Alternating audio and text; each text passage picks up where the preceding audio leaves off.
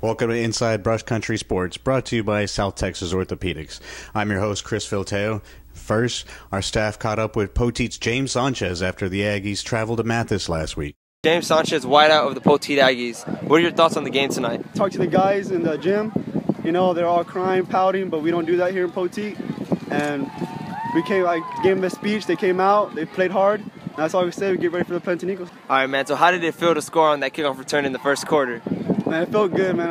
I was hoping that would pump us up a little bit. You know, it was only 6-13. I thought it would be tied, have a good game. And it felt good to score a touchdown. I stopped with Pleasanton Athletics statman Ted Devilbiss to talk Eagle football. I'm here with my tag team partner, Ted Devilbiss. How you doing today, bud? All right. Well, let's go and talk about Pleasanton football. They're 3-0 for the third straight year. How are they looking for you so far after the third game?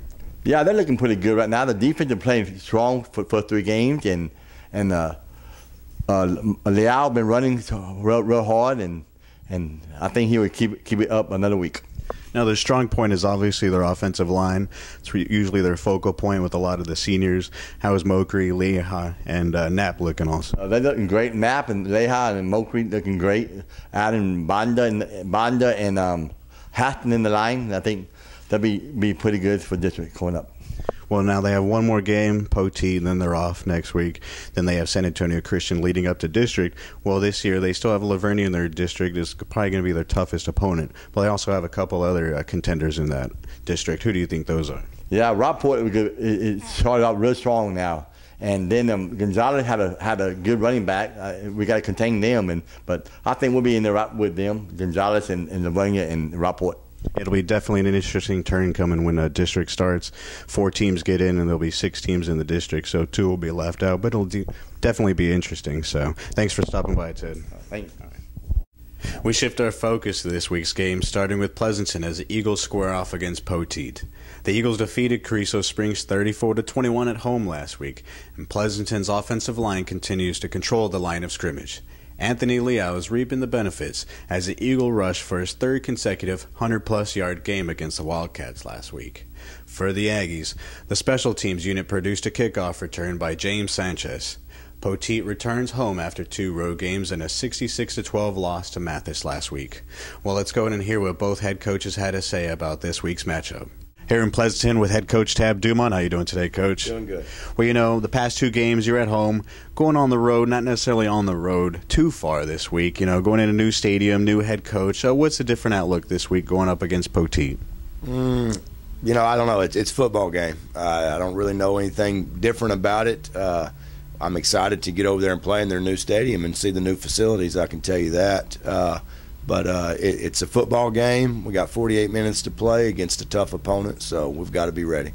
Now, one standout on the back line, you have Anthony Leal rushing for over 100 yards. Well, he won't be able to do that without the offensive line you guys have. How important is it that your offensive line has led so well this far? It's very important. You know, I mean, and there's no secrets that we were going to lean on those kids, and hopefully they were going to lead the way. They're getting better as we progress through the year, and they've got a tough assignment this week based on what Poteet is doing to us right now defensively. Now, Poteet does have some quick kids. James Sanchez on special teams. They've improved in that part. How important is it for you to lock down special teams against them? It's important. They've run back a touchdown or 2 for touchdowns, and they've got good punt returns.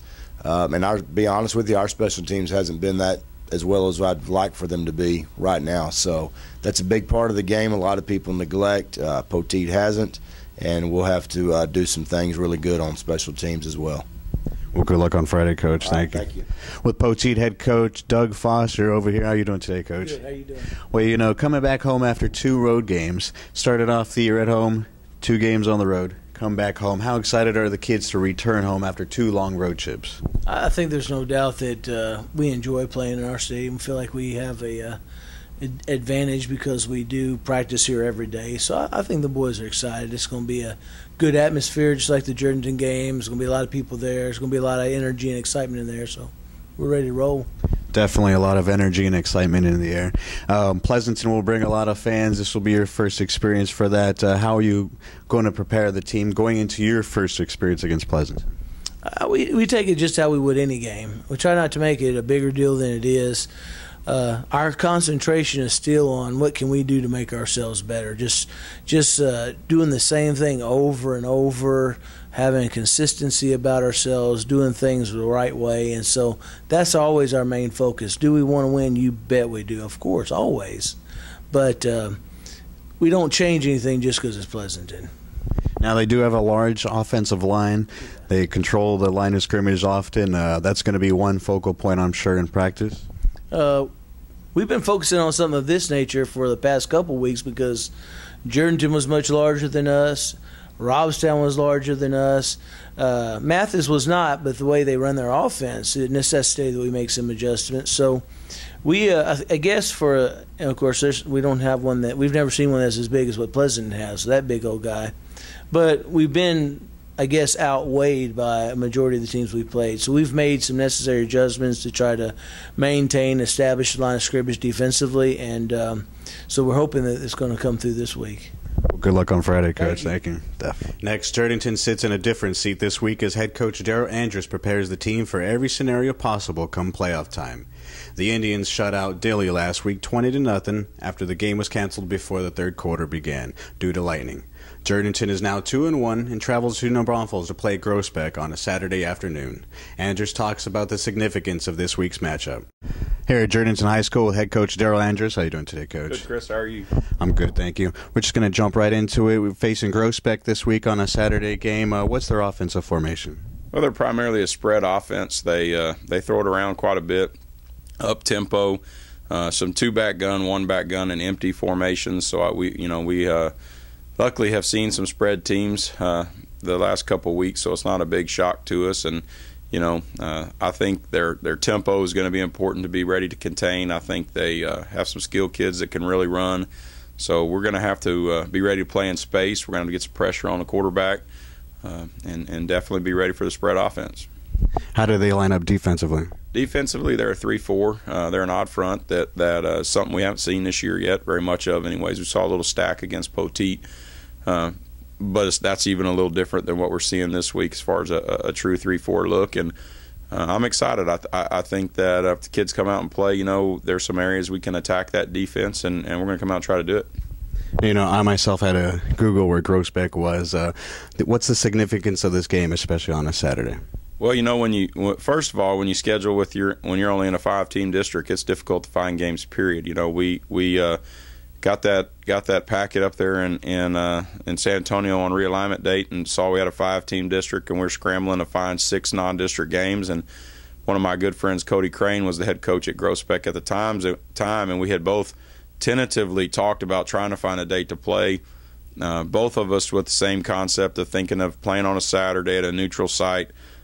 Give our kids kind of a playoff atmosphere, opportunity to play somebody you don't always play, but most importantly, just to find a game. We were really struggling that day of realignment to get all 6 non-district games, and it's turned out to work out great. We're going to go up to New Braunfels Canyon on a Saturday. We got, I think that's a neat centrally located area. A lot of people from Jordanton that have moved on, graduated from here, live in that area. So it's easy for them to get to the game, and like I said, it's got a good playoff atmosphere to it.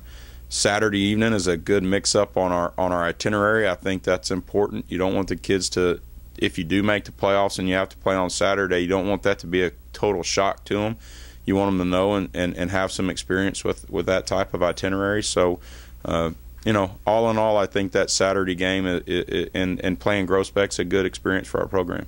Well, good luck on Saturday, Coach. Thank you. Now we look at the Trojans after they lost to San Antonio Cole 57-12 last week. Charlotte faced a physical 3A team in the loss, but head coach Jerry Dominguez will challenge his team against Natalia this week. The Trojans stay on course and prepare for the tough Mustang team that upset number 19 in the state, La Pryor, last week.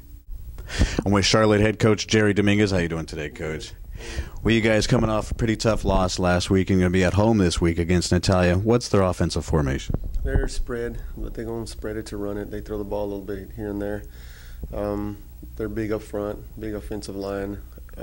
Quarterback's pretty elusive. Overall, the receivers, they chip in here and there, but, in order to have a chance to stop them, and you just got to carry our game plan, not let that offensive line settle in and just maul us. And, just tackle well, fly to the football. We're going to do what we do, just tackle well. Try to tackle well this week. Better than last week is what I'm trying to get at. Now, how do they line up defensively?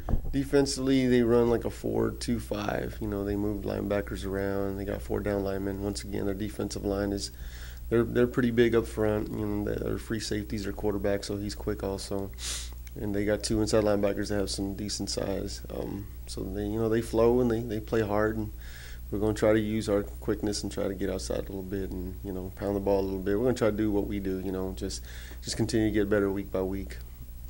Now, Natalia was 0-10 last year. They went ahead and beat number 19 LaPride last week. Pretty good measuring stick for them and a good measuring stick for y'all last week. So coming in beginning of the season, Natalia wasn't really chosen to where they're played. I don't know if they're really overplaying. They're overachieving, so to speak. But how good of a game will this be? It's going to be a good game. And on the flip side of that, last year they were 0-10, and last year we were 4-6. And this year they're 2-1. This year we're 2-1. We had a good measuring stick on Friday and didn't do too well. And here's another one. Playing a bigger school. They have more depth. They got more kids. They got more numbers. But at the same time, we condition our kids. And we kind of get after it in the off season to play Ironman football and go both sides of the football. And so far we've been pretty good. Been doing well. So I see 2 improved programs going at it this week. And like I said, it'll be a good ball game as long as we do what we're supposed to. And, like I said, kudos for both programs, because we're both headed in the right direction. 3 years ago, we're sitting here at 0-3.